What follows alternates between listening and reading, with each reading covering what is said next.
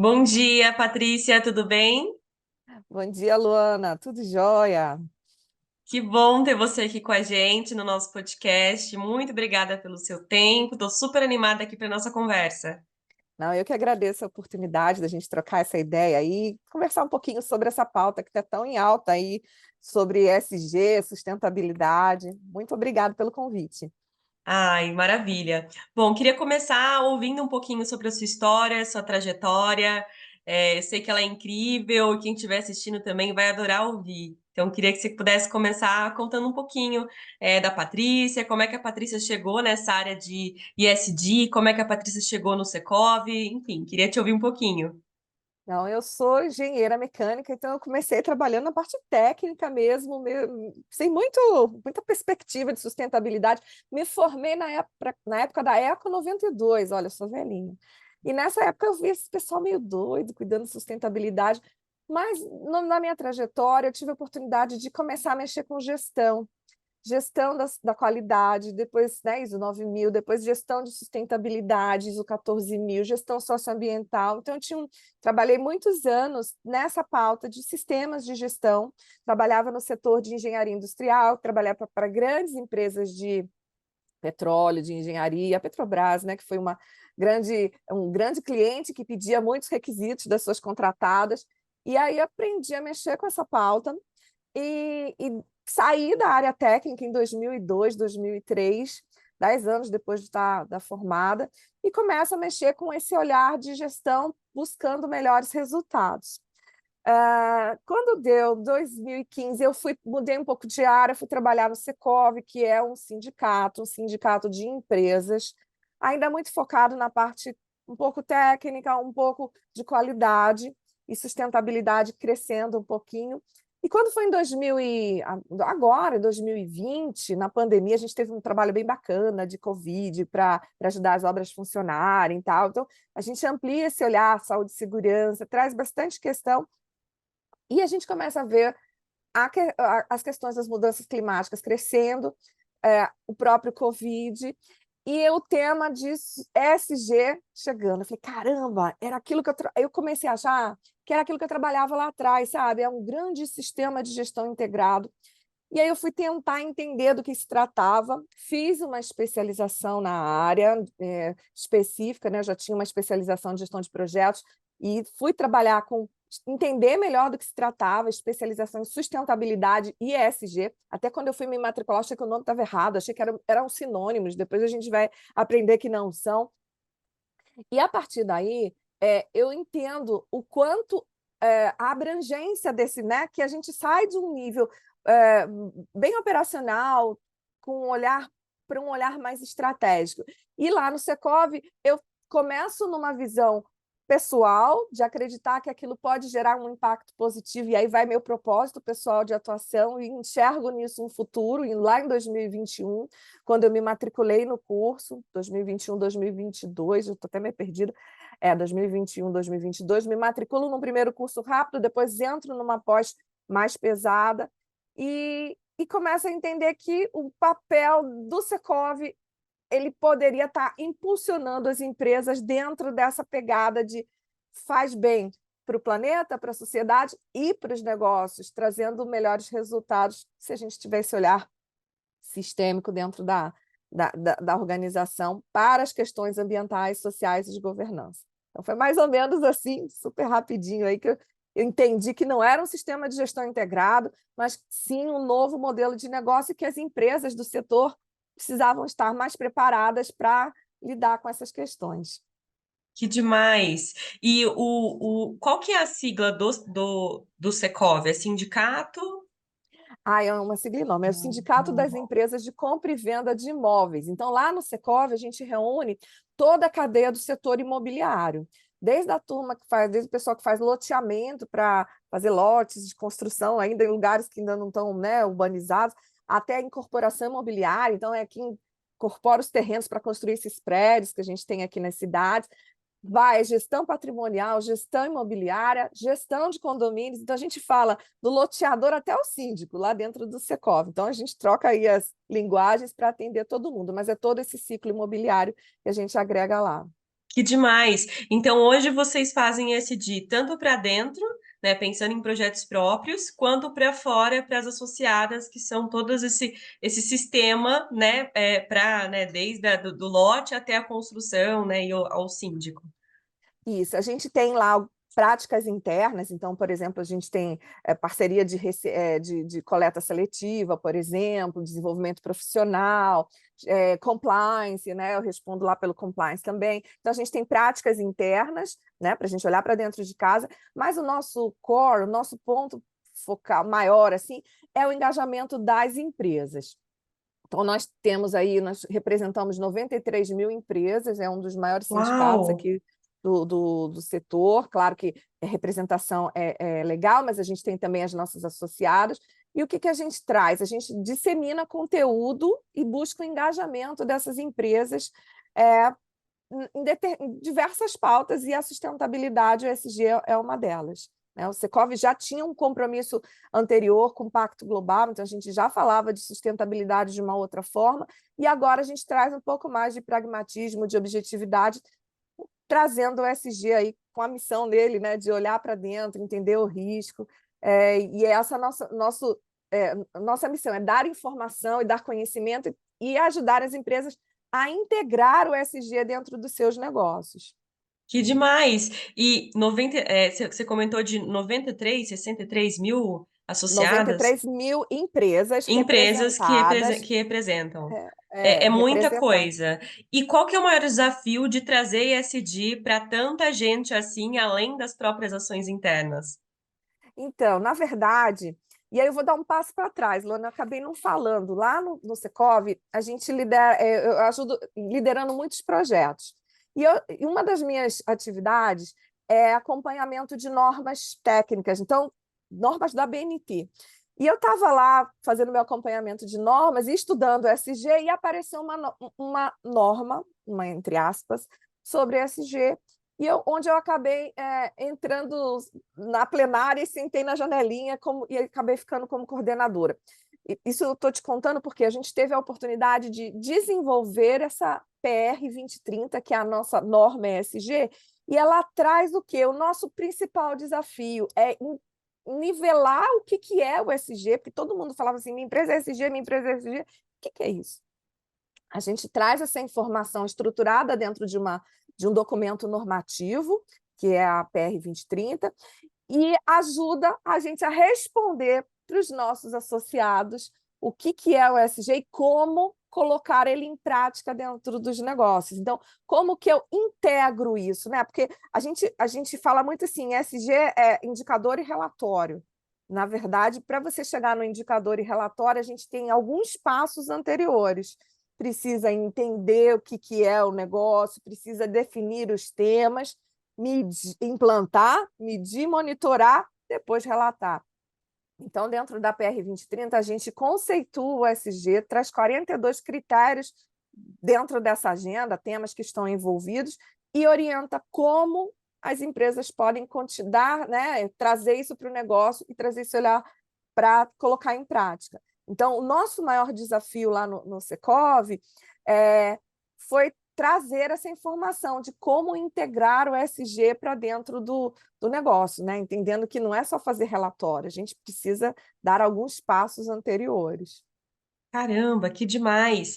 E você comentou muito sobre os programas, e quais são esses programas? O que vocês estão Ah, implantando? O que então, foi mais legal implantar, enfim?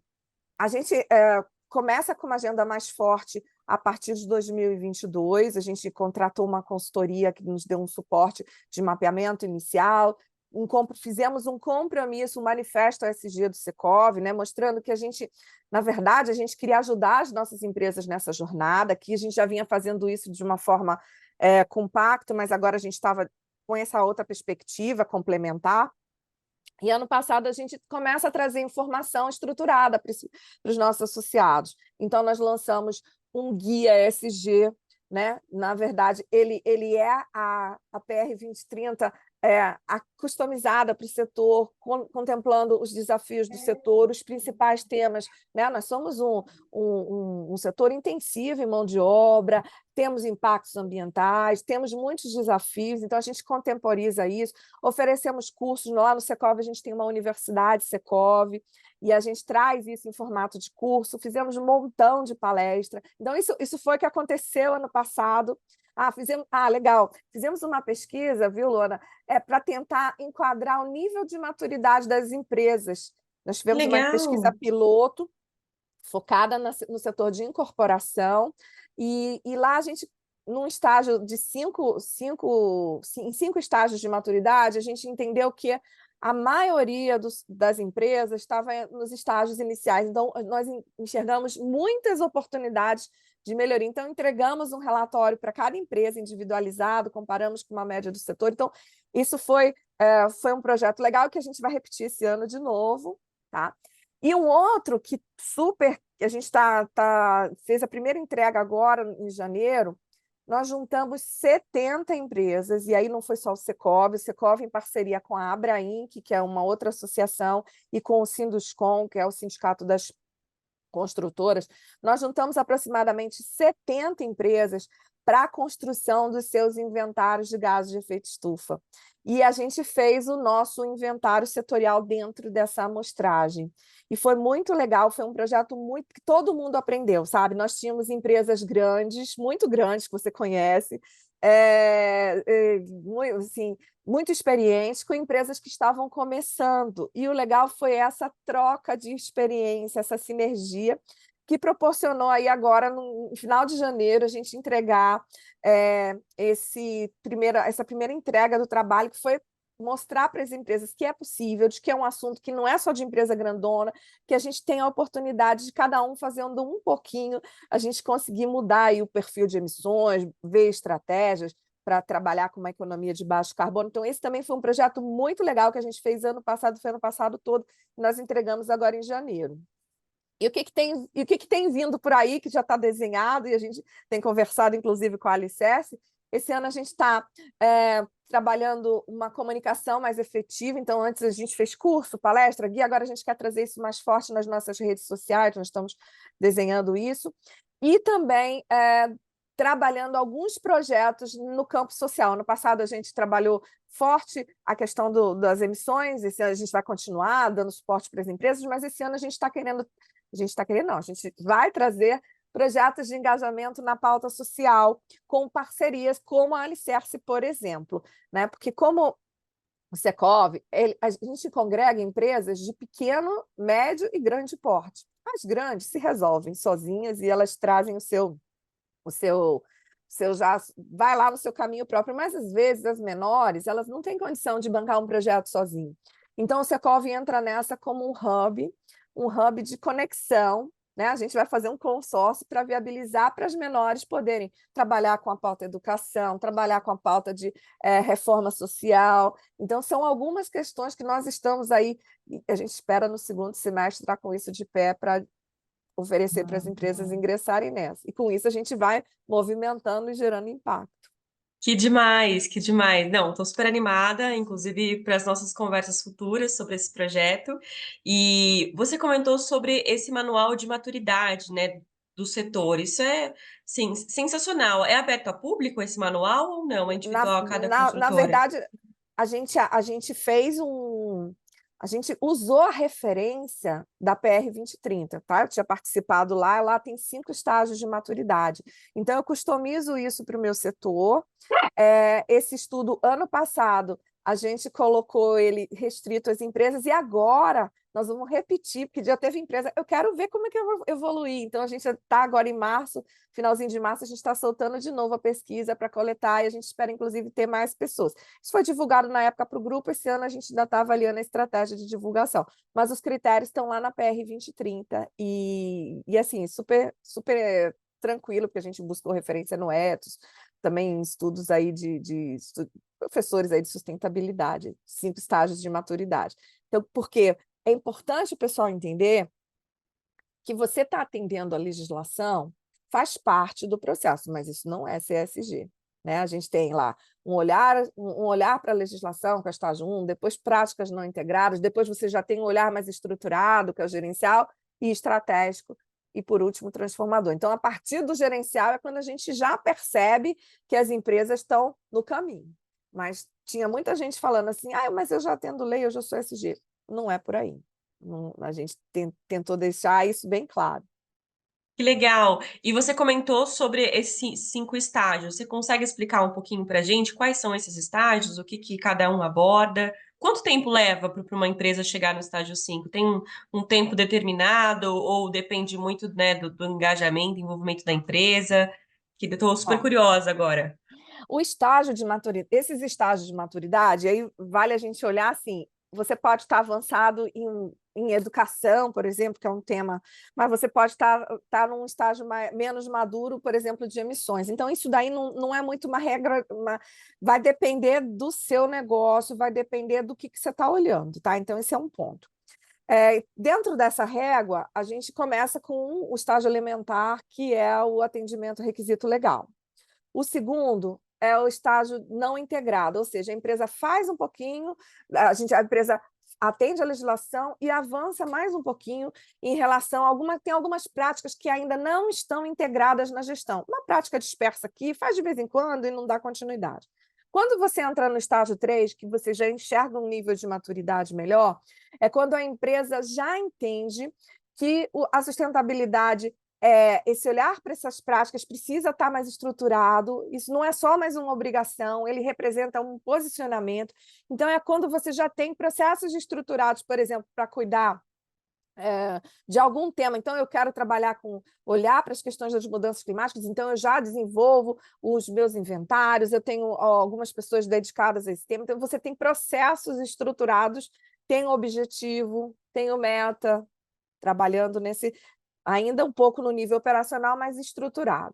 O estágio estratégico é quando você tem um olhar estratégico para aqueles assuntos, então, para aquele tema. É tão estratégico que eu vou avaliar aí, por exemplo, a minha metodologia de construção. Eu vou precisar mudar a minha forma de construção para reduzir minhas emissões ou um material diferente. Então, você já pensa estrategicamente como isso pode impactar o meu negócio, gerando soluções aí para os desafios do ESG.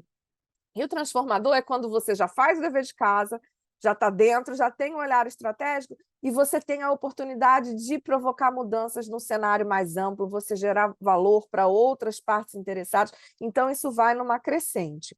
E o tempo vai depender, como eu falei, esse é um olhar linear para cada prática. Claro que dentro da minha pesquisa que eu fiz lá no Secov, a gente trouxe um viés estatístico e matemático para calcular a maturidade das empresas. E aí foi lá dentro a governança pesando mais, os outros temas com pesos diferentes. E a gente entende que isso é uma jornada individual. Né? Então, não tem um tempo. Uma empresa menor, ela vai ter o seu momento, ela vai ter. O importante é entender que tem um processo de aprendizado e né, de crescimento dentro dessa jornada. Maior, talvez ela consiga andar mais rápido por conta dos recursos, né? Então, isso vai depender de cada empresa, até mesmo da estratégia da empresa em relação a essa pauta aí. Às vezes ela não tem recurso, então vai depender um pouquinho de cada caso. Gente, que demais. Eu já super fiquei vislumbrando aqui e essa sua metodologia sendo replicada para outros setores e sendo premiada, né? Como, por exemplo, as melhores empresas para se trabalhar, que também é um ranking, né? E aí tem vários indicadores, assim. Eu, Luana, já fui vislumbrando um pouco isso, assim, mas queria te ouvir um pouquinho. O que que você pensa para futuro, assim? Vocês têm essa ambição de tornar isso maior, tornar isso, né? Talvez algum tipo de premiação, né? Para as empresas que chegarem mais rápido, enfim, não sei. Mas como que vocês estão vendo para futuro essa ação? Não, na verdade, a gente não pensou nisso, a gente Não chegou pensou nessa só parte em. ainda. Não, a gente pensou em trazer isso como ferramenta de estímulo para o direcionamento das empresas. Essa foi a ideia. Poxa, eu não estou do jeito que eu imaginava que estava. Eu esqueci de falar, na nossa pesquisa, A maioria das empresas, elas se autoavaliaram muito acima do que... Eu fiz uma pergunta geral, como é que você acha que você está? E ela fala, tá lá para frente. E a gente vai depois no detalhe mostrar que ela não está tão lá na frente, que ela está na prática, ela precisa avançar ponto a ponto. Então, o objetivo foi esse direcionamento, da ferramenta para mensurar o quanto essa empresa pode estar. A gente acredita que esse reconhecimento pode vir de outras formas.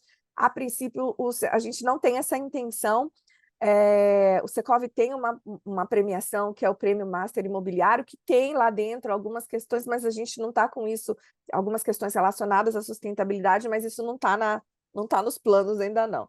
O objetivo aqui, a premiação é importante, estimula, mas aqui é para ver o crescimento mesmo. Eu acho que escutar uma pessoa falando assim, cara, cadê a pesquisa desse ano? Porque ano passado nós soltamos em janeiro, eu falei, cara, esse ano atrasou um pouquinho. A gente quer ver quanto a gente evoluiu. Então, isso que é legal. A gente vê esse processo e vê as pessoas querendo avançar nessa jornada. Não, que demais. E assim, faz total sentido, total sentido. E a SD ficou mais forte agora durante a pandemia e os setores estão sentindo agora essa continuação, né, de colocar tudo isso na prática. Saindo um pouco dessa coisa mais emergencial, né, do Covid que chegou e abalou todo mundo, né, e entrando numa coisa mais estruturada. Mas que legal, nossa, muito bom te ouvir. E qual dica você daria para quem quer implementar ESG de uma forma mais integrada, né? Entrando ali numa metodologia, né? De forma mais é, menos pontual, né? Que aí é um dos seus estágios, um pouco mais estruturado. O que que você diria para um gestor hoje? Então, o primeiro ponto é entender que sustentabilidade e ESG, e a gente, hoje em dia, tem até o pessoal está falando mal do ESG, mas a gente entende que estão integrados e a sustentabilidade é um conceito em evolução, mas é importante entender que não é um assunto de um departamento. Então, não é da menina da sustentabilidade.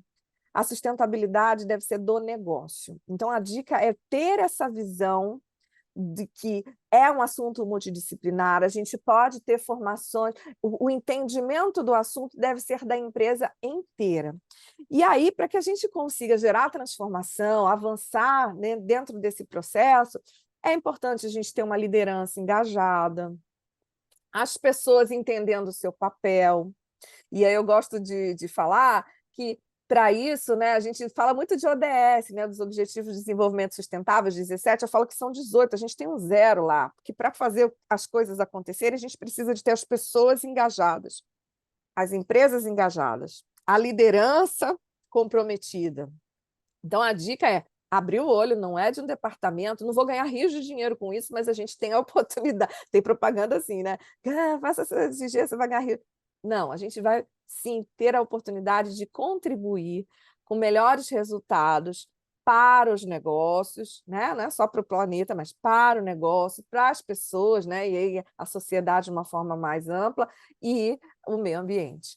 E eu gosto de mostrar que nesse conceito evoluído da sustentabilidade, nessa evolução do conceito da sustentabilidade, quando a gente enxergava lá a sustentabilidade como econômico, social e ambiental, aqueles três, né, aqueles três círculos interconectados, isso muda de olhar. A gente tem uma nova configuração para isso, porque para uma sustentabilidade forte, os negócios movimentam a economia, servem à sociedade, mas estão limitados pelo meio ambiente. E aí a dica é ter essa visão sistêmica, entendendo que cada um é importante dentro desse processo e que cada pedacinho conta. Mesmo eu jogando na minha casa o lixo, separando o lixo orgânico do lixo seco lá, que a gente vai mandar para reciclagem, começa dentro de casa. E aí, para um gestor, para uma pessoa que trabalha numa empresa, entender que o papel dela ali faz parte para que a gente consiga todos esses resultados aí, que é benéfico para todo mundo. Ai, que demais. Amei, Patrícia. Muito obrigada pelo seu tempo, obrigada por esse bate-papo. Espero que tenha sanado várias dúvidas aí de quem for ouvir. Para mim, sanou várias. Eu já estou super curiosa, já quero pesquisar mais, entender mais sobre a temática. E parabéns pela sua trajetória, por tudo que você propôs, né, de programas, assim, são incríveis e realmente tem um impacto aí absurdo, né, para todos os envolvidos. Não, eu que agradeço a oportunidade. Deixa aí o site do Secov para o pessoal acompanhar. A gente tem sempre eventos, a gente está fazendo um evento bacana, entregando um evento bacana para a cidade de São Paulo, falando sobre cidades melhores, como construir uma São Paulo mais sustentável. Então, isso vai estar disponível aí nas redes. Então, acompanha a gente lá no site e tem sempre novidade. Ai, que Obrigada, demais. Maravilha. Muito obrigada, Patrícia. Um beijo para você. obrigada. Até a próxima. Tchau, tchau.